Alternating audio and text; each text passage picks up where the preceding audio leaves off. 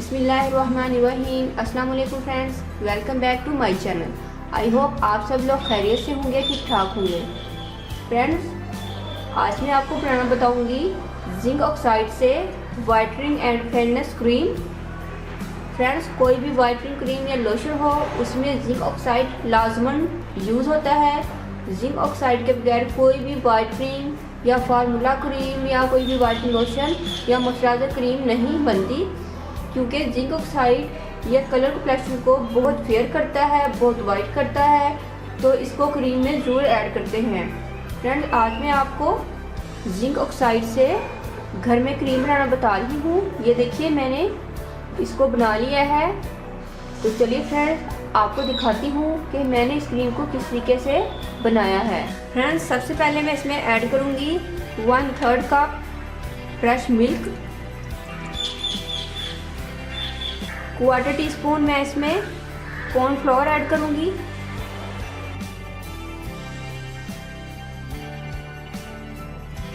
Friend double boiler पर मैं इसको चंद सेकंड्स के लिए पकाऊंगी ताकि ये थिक हो जाए, क्रीमी फॉर्म में आ जाए। फ्रेंड, थोड़ा सा मैं इसमें रोज़ वाटर ऐड करूँगी ताकि रोज़ की स्मेल इसके अंदर इन्हेंस हो जाए।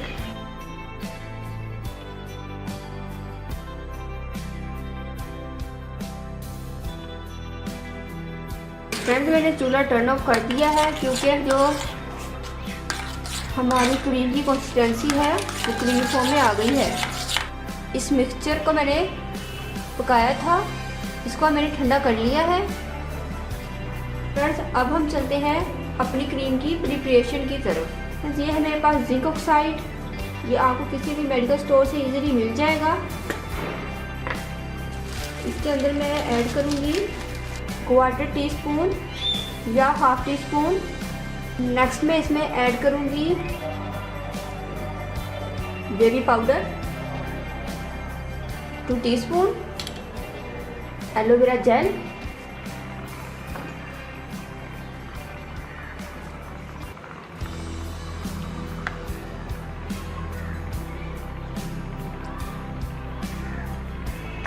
Friends 1 tablespoon aloe vera gel add की है मैंने।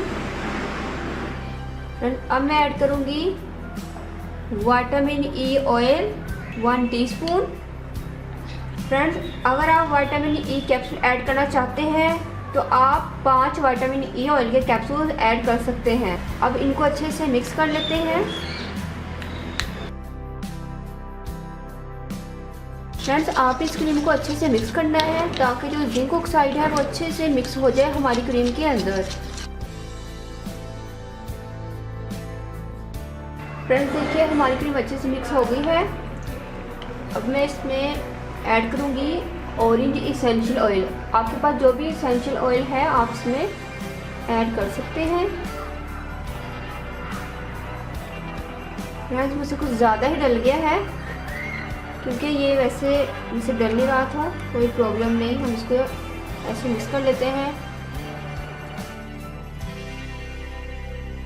अच्छे से मिक्स करते हैं। फ्रेंड्स, जो इसेंशियल ऑयल है इसको ऐड करने का मकसद ये होता है कि आपकी जो क्रीम है उसकी शेल्फ लाइफ बढ़ जाएगी, और विटामिन ई ऑयल भी इसके अंदर मैंने ऐड किया है, वो भी आपकी क्रीम की शेल्फ लाइफ को बढ़ा देता है। आप इस क्रीम को 25 डेज़ के लिए इजीली स्टोर कर सकते हैं।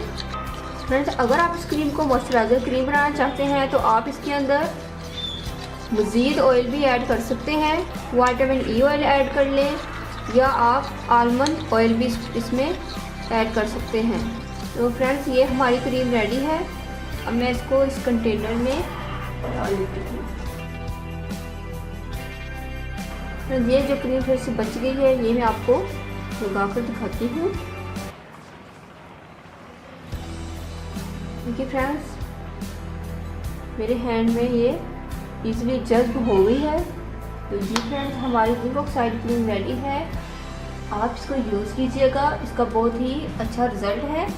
फ्रेंड्स, अगर आपने अभी तक मेरे चैनल को सब्सक्राइब नहीं किया तो प्लीज़ मेरे चैनल को सब्सक्राइब करें, मेरी वीडियो को लाइक और शेयर करें। दुआ में याद रखिएगा, अपना बहुत सारा ख्याल रखिएगा। मिलते हैं नेक्स्ट वीडियो में किसी और अच्छी सी रेमेडी के साथ।